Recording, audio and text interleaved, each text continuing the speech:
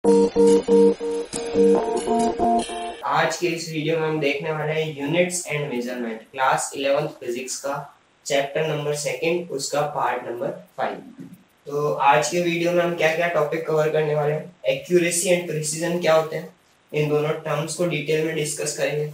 उसके बाद एरर क्या होती है, मेजरमेंट जब हम लेते हैं किसी चीज का तो उसमें एरर कितनी होती है, मतलब एरर क्या चीज होती है, फॉर्मूला भी देखेंगे। फिर different types of error, error के टाइप्स देखेंगे, constant error, systematic error, personal, random, gross error वगैरह सब देखेंगे। उसके बाद कुछ टर्म्स है जो एग्जाम में आती भी है फाइंड करने के लिए, क्वेश्चन बनते हैं इस पे। तो absolute error, relative error and percentage error, ये हम डिस्कस करेंगे टॉपिक्स आज के इस वीडियो में। तो स्टार्ट करते हैं एक्यूरेसी। तो एक्यूरेसी होता क्या है, तो पहले एक बार डेफिनेशन देखते हैं, उसके बाद इसको समझते हैं।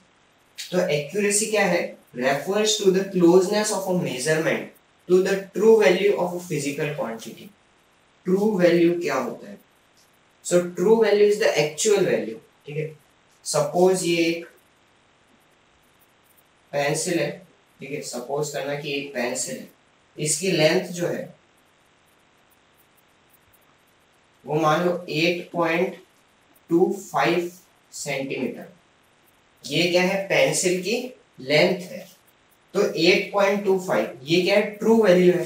ठीक है, अब मैंने आपको ऑप्शंस दिए A B C and D. 8.21, 8.23, 8.26 और 8.27। मैंने आपसे पूछा कि इसमें से एक्यूरेट कौन है। अब एक्यूरेट की डेफिनेशन ऊपर लिखी हुई है, accurate means closeness of a measurement. किसके कंपैरिजन में क्लोजनेस क्लोज होना चाहिए, ट्रू वैल्यू। तो इनमें से कौन ट्रू वैल्यू के सबसे पास में, तो ये ट्रू वैल्यू से कितना दूर है, 0.05, 0.04, ये 0.02, ये 0.01 और ये 0.02। तो इसमें से पास में कौन है सबसे ज्यादा ट्रू वैल्यू के, तो ये हमारा आंसर हो गया। तो एक्यूरेसी यही है कि हमने एक मेजरमेंट किया, उसमें क्लोजनेस कितना है उस मेजरमेंट का to the true value. True value क्या होती है, it is actual value. True value क्या होती है, एक्चुअल वैल्यू होती है किसी भी चीज की। तो ये पेंसिल ही मैंने, हो सकता है इस मार्कर की लेंथ 8.25 सेंटीमीटर हो, ठीक है। तो इसमें से एक्यूरेट पूछा जाए तो एक्यूरेट कौन होगा, जो ट्रू वैल्यू है उसकी एक्चुअल वैल्यू के सबसे पास में होगा। नेक्स्ट टर्म है प्रिसीजन। प्रिसीजन क्या होता है, तो it refers to the resolution, it refers to what, the resolution और the limit to which the quantity is measured. Resolution और लिमिट जहां तक क्वांटिटी को मेजर किया गया है, यानी कि उसका लीस्ट काउंट ज्यादा होना चाहिए। लीस्ट काउंट जितना ज्यादा होगा, जैसे ये क्वेश्चन है, इस क्वेश्चन से समझते हैं। तो ट्रू वैल्यू हमें गिवन है इस पेंसिल की 8.252 सेंटीमीटर, ठीक है। तो लीस्ट काउंट मतलब ये जो है ये लीस्ट काउंट है इसका, ठीक है, ये भी लीस्ट काउंट है पूरा, बट जो सबसे लास्ट तक ऑप्शन बताएगा इसका आंसर वो करेक्ट होगा। तो यहाँ से साफ दिख रहा है डी ऑप्शन जो है वो सबसे ज्यादा प्रिसाइज। क्यों, क्योंकि उसका लीस्ट काउंट जो है वो सबसे कम तक बता रहा है। लीस्ट काउंट कहाँ तक है, 8.252। तो यानी उसका लीस्ट काउंट जो है वो बहुत दूर तक है, बहुत कम है, ठीक है। तो इसका आंसर क्या हो जाएगा, डी। तो precision, resolution of the limit to which the quantity is measured is simply known as precision. तो ये क्वेश्चन है, ट्रू वैल्यू गिवन थी हमें इसमें और हमें ऑप्शंस दिए हुए थे, कंफ्यूजिंग ऑप्शंस थे, बट प्रिसीजन के लिए ध्यान रखना है जो ज्यादा इंफॉर्मेशन दे और सही इंफॉर्मेशन दे। तो यहाँ ज्यादा इंफॉर्मेशन भी मिली है और एक्यूरेट मतलब वो सही भी है, इंफॉर्मेशन हमारे लिए यूजफुल भी है। जो हमने पढ़ा है उसके बेसिस पे क्वेश्चन करते हैं। ट्रू वैल्यू हमें गिवन है 0.520, ठीक है, ग्राम सेंटीमीटर यूनिट कुछ भी मान लो। तो स्टूडेंट ए बी सी तीनों ने 4 मेजरमेंट किया, ये मेजरमेंट 1 है, ये 2 है, ये 3 और ये 4। तो इसके बेसिस पे 3 क्वेश्चन लिखे हुए हैं, who is both accurate and precise, ये फर्स्ट क्वेश्चन है। क्वेश्चन सेकंड है who is not accurate but precise, और क्वेश्चन थर्ड है who is neither accurate nor precise. तो देखते हैं। तो फर्स्ट ऑप्शन देखो और स्टूडेंट ए को देखो, तो देखो स्टूडेंट ए को देखोगे तो 2 डेसिमल प्लेसेस के बाद तक वैल्यूज गिवन है, बट बाकी बी और सी में 3 डेसिमल प्लेसेस तक वैल्यू है। तो ये प्रिसाइज तो नहीं है, प्रिसाइज नहीं है। अब एक्यूरेसी चेक करते हैं, तो एक्यूरेसी भी कहाँ है 0.52, 0.51, 0.50, ये एक्यूरेट नहीं है। तो ये कौन सा हो जाएगा, नाइदर एक्यूरेट नॉर प्रिसाइज। तो क्वेश्चन नंबर थर्ड का आंसर हो जाएगा क्या, स्टूडेंट ए। क्या हो जाएगा, स्टूडेंट ए। फिर देखते हैं बी के लिए, देखते हैं। तो स्टूडेंट बी देखो 0.516 3 डेसिमल प्लेसेस तक सारी वैल्यूज है, तो ये प्रिसाइज तो हुआ, देखते पता चल रहा है कि प्रिसाइज है, क्योंकि वैल्यूज आपस में काफी कम मतलब दूर दूर वेराई कर रही है, ठीक है, चेंज काफी कम हो रही है, 0.001 का डिफरेंस आ रहा है अप्रोक्स, जो कि बहुत कम है। तो ये प्रिसाइज तो हो गई। अब एक्यूरेट की बात करते हैं, तो ये एक्यूरेट कहाँ है, 0.520 आंसर आ रहा है, बट इसमें अभी भी एरर है इसमें। तो ये प्रिसाइज है बट एक्यूरेट नहीं है। तो क्वेश्चन नंबर सेकंड ये कह रहा है who is not accurate but precise, तो इसका आंसर हो जाएगा स्टूडेंट बी। और सी स्टूडेंट के लिए देखते हैं, तो इसमें जब देखेंगे तो 3 वैल्यूज तो 0.520 ही आ रही है, जो कि क्या है, ट्रू वैल्यू, यानी देखते पता चल रहा है ये क्या है, एक्यूरेट है। प्रिसाइज तो ऑफ कोर्स है ही है, क्योंकि ये यूजफुल इंफॉर्मेशन दे रहा है और सही इंफॉर्मेशन दे रहा है, ठीक है। तो ऑप्शन नंबर सी किसका हो जाएगा, बोथ एक्यूरेट एंड प्रिसाइज। तो ये क्वेश्चन था एक्यूरेसी एंड प्रिसीजन के बेसिस पे, ऐसे ही क्वेश्चन पूछे जाते हैं। टॉपिक को स्टार्ट करते हैं। नेक्स्ट टॉपिक है एरर। एरर क्या होती है एक मेजरमेंट के अंदर। एरर नाम सुना होगा हमने हमारी डेली लाइफ में कि ये एरर की है हमने। एरर मतलब सिंपली गलती। एरर का मतलब क्या होता है, गलती, जो हम अक्सर करते हैं, हम इंसानों से तो अक्सर होती है। तो एरर की बात करते हैं, इसकी डेफिनेशन, इसका मीनिंग इन फिजिक्स क्या होगा। तो फिजिक्स में इसका मतलब और डेली लाइफ में भी यही मतलब होता है। क्या होता है, डिफरेंस बिटवीन ट्रू वैल्यू, मतलब जो एक्चुअल वैल्यू है, जो काम हमें जैसा करना था वैसा नहीं किया और हमने गलत कर दिया, मेजर्ड वैल्यू, ठीक है, गलत किया या सही किया। अगर सही किया तो true value minus true value हो जाएगी और वो एरर जो आ जाएगी 0 आ जाएगी। तो मेजर्ड वैल्यू ट्रू वैल्यू के बराबर भी हो सकती है और ट्रू वैल्यू से कम ज्यादा भी हो सकती है। तो एरर कैसी हो सकती है, एरर माइट बी पॉजिटिव, हमसे जो एरर हुई है वो कैसी हो सकती है, पॉजिटिव हो सकती है और नेगेटिव हो सकती है। और एरर कभी 0 हो ही नहीं सकती। अगर 0 हुई है तो इसका मतलब एरर हुई नहीं है, हमसे एरर हुई नहीं है। तो ट्रू वैल्यू और मेजर्ड वैल्यू जिस केस में इक्वल आ जाएंगे वहां कोई एरर नहीं होगी। तो ये जो डेफिनेशन है इसको ही मैंने यहाँ फॉर्मूले के टर्म्स में लिख दिया है, that error is equals to true value minus measured value. अब क्वेश्चन कैसा आता है, हमें एरर गिवन हो, इनमें से कोई भी 2 चीजें गिवन होगी और तीसरा कोई वेरिएबल हम x मान लेंगे और उसके बाद निकाल लेंगे।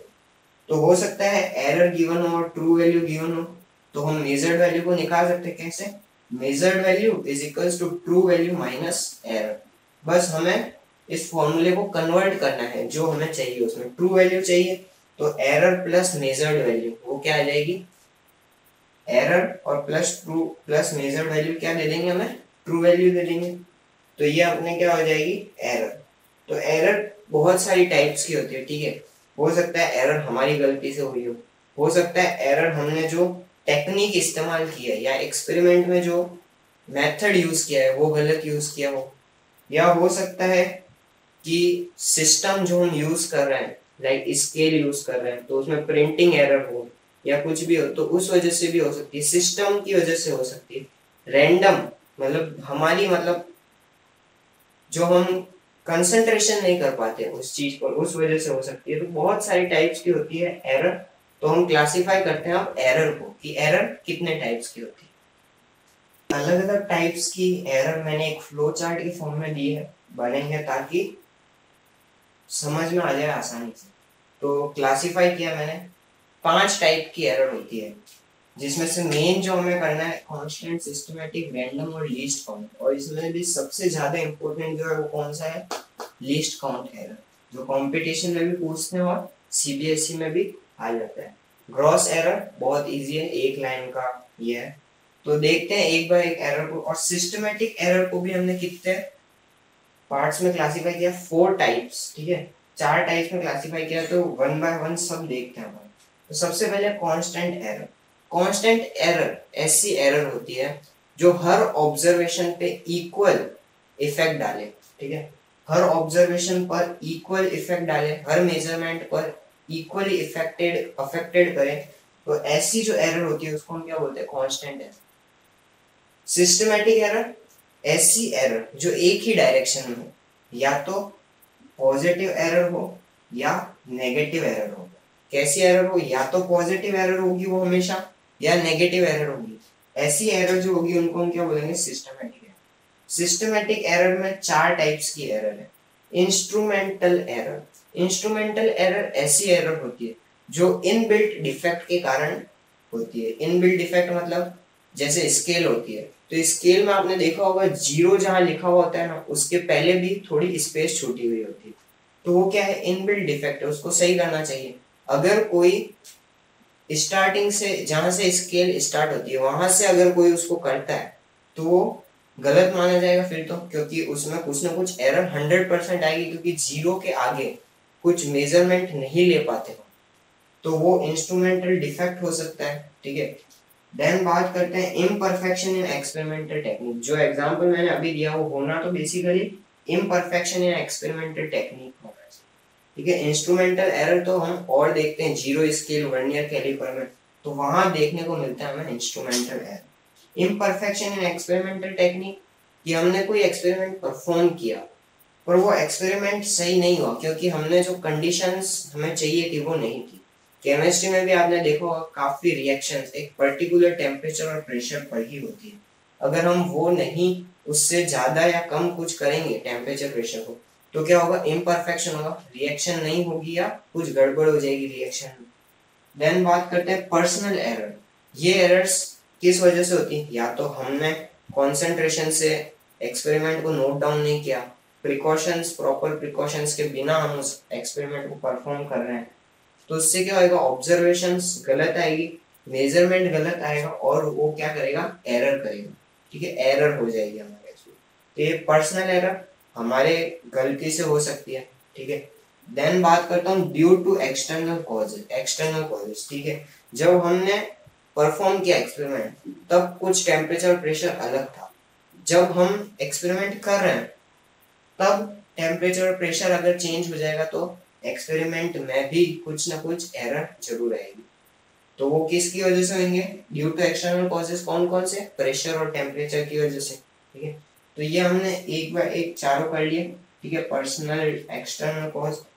पर्सनल एरर और किस वजह से होती है, प्रॉपर अपैरेटस की सेटिंग ना हो तो भी हो सकती है पर्सनल एरर। हमने उसको सही सेट नहीं किया तभी तो वो एरर दे रहा है, तो वो भी पर्सनल एरर। फिर बात करते हैं random error.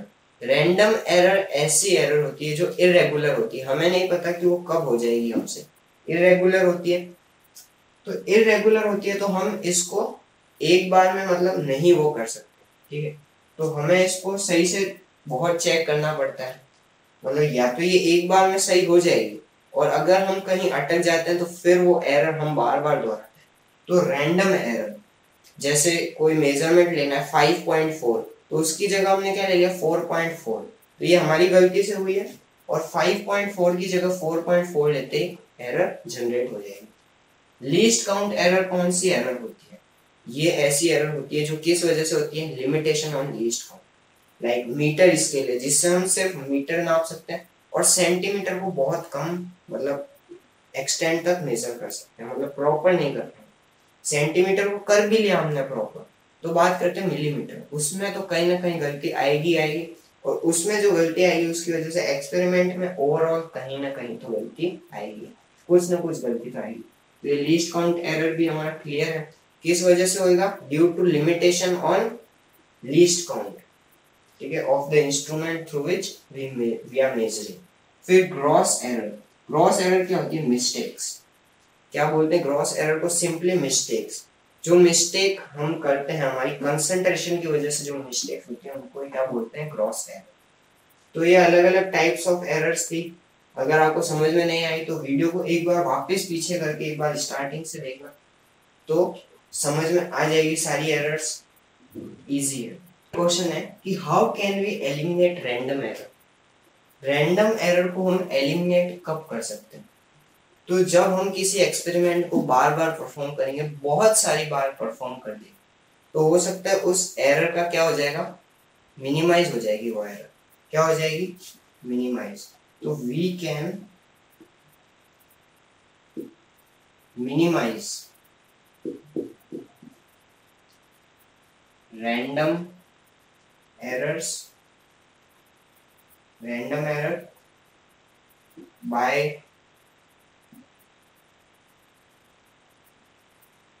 performing the experiment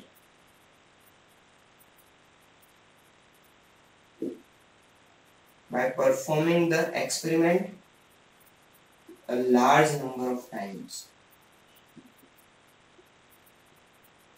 A large number of times. जब हम एक्सपेरिमेंट बहुत ज्यादा बार कर देंगे तो हमारी रैंडम एरर क्या हो जाएगी? मिनिमाइज हो जाएगी।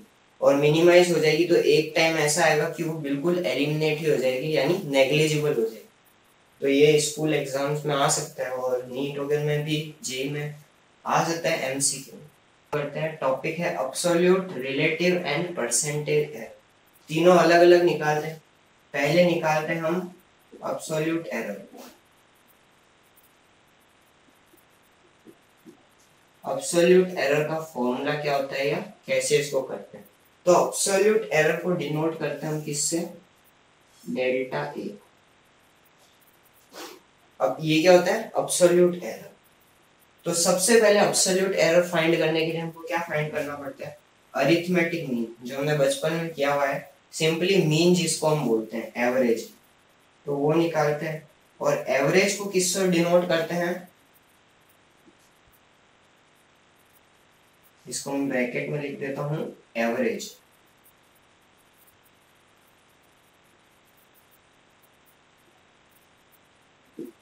सो ये क्या है? ए डैश, ए के ऊपर बार और ए मीन, ये किसको डिनोट करता है? अरिथमेटिक मीन या एवरेज को। तो इसका फॉर्मूला क्या होता है? A1 A2 A ऐसे ऐसे चलता रहेगा और AN तक values upon number of terms कितनी है? 1 2 और ऐसे ऐसे चलते चलते n तक है, तो अपॉन n। ये क्या आ जाएगा? अरिथमेटिक मीन आ जाएगा। क्या आ जाएगा? Arithmetic mean. ये जनरल डिनोटेशन ये है, क्या कहते हैं? ए बार और ए मीन से रिप्रेजेंट करते हैं इसको। तो ये अपना एब्सोल्यूट एरर आया है। अभी अपने को क्या एब्सोल्यूट एरर निकालना है? अभी अपना क्या आया है? Arithmetic mean. तो एब्सोल्यूट एरर निकालने के लिए एब्सोल्यूट एरर को इस तरह डिनोट करते हैं। ये अलग अलग इंडिविजुअल का निकालेंगे पहले। तो इंडिविजुअल का निकालते हैं, ए का, A2 का और ऐसे ऐसे AN का। तो ये क्या डिनोट कर रहा है? Absolute error of 1। Absolute error of जो हमने पहला मेजरमेंट लिया उसका एब्सोल्यूट एरर। तो उसका एब्सोल्यूट एरर क्या होगा? अरिथमेटिक मीन माइनस वो वैल्यू खुद, ठीक है, A1 खुद। सिमिलरली A2 है तो अरिथमेटिक मीन माइनस A2। और सिमिलरली AN के लिए आप मेरे को बताओ क्या होगा? It is A bar minus AN। तो ये ऐसे निकालते हैं एब्सोल्यूट एरर। तो एब्सोल्यूट एरर जनरली हम ऐसे निकालते हैं। जनरल मैंने बताया है formula of finding absolute error. अब एब्सोल्यूट एरर फाइंड करने के बाद हमें क्या निकालना होगा? रिलेटिव और परसेंटेज एरर। रिलेटिव एरर निकालने के लिए हमें क्या निकालना होता है? Final absolute error. अभी हमने इंडिविजुअल एब्सोल्यूट एरर निकाला था, अब अपने को निकालना है फाइनल एब्सोल्यूट एरर।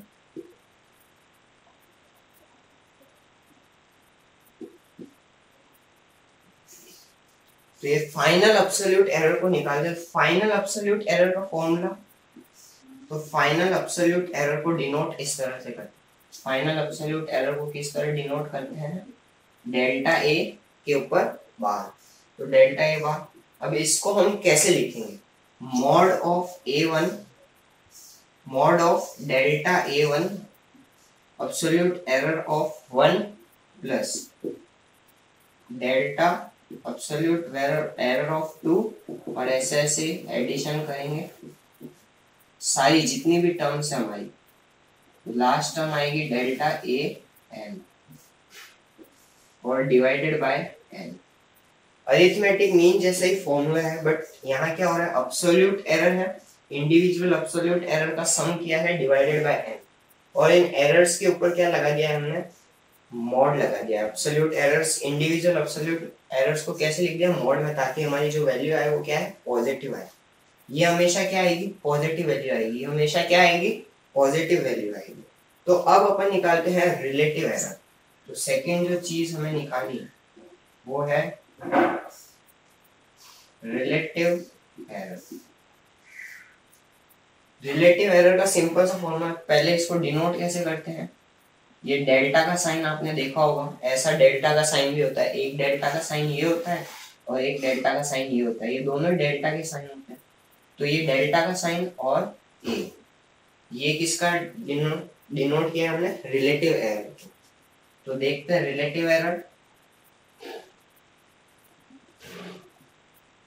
इसका फॉर्मूला क्या होगा, ऊपर लिखेंगे हम क्या, फाइनल या मीन एब्सोल्यूट एरर, इसको हम क्या बोलते हैं, मीन एब्सोल्यूट एरर भी बोलते हैं या final absolute error, upon arithmetic mean. जो अपन ने फर्स्ट टर्म पढ़ी थी एब्सोल्यूट एरर के निकालने के लिए, हमने अरिथमेटिक मीन निकाला था, उससे हमने क्या कर दिया, डिवाइड कर दिया किसको, फाइनल एब्सोल्यूट एरर को।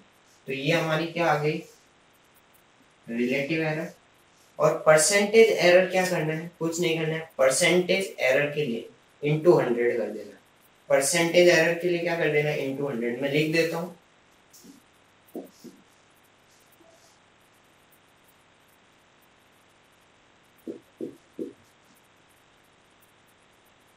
इसको हम कोई पर्टिकुलर डिनोट नहीं करते किसी चीज से, परसेंटेज एरर।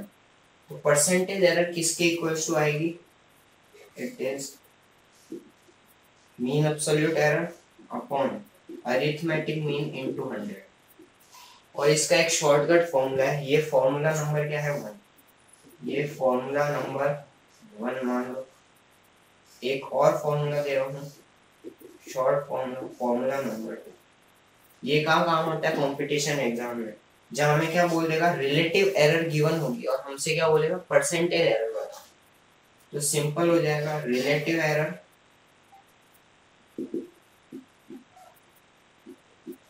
इनटू 100, ये क्या आ जाएगा अपना, परसेंटेज आ जाएगा। परसेंटेज का साइन लगा देना दोनों, चलो। तो यहाँ से हम कैसे निकालेंगे, और ऐसा हो सकता है कि कई बार हमें परसेंटेज एरर दे दे तो रिलेटिव एरर पूछ दे, तो परसेंटेज एरर जो दी हुई है उसमें इसको डिवाइड में ले जाना तो रिलेटिव एरर निकल जाएगी।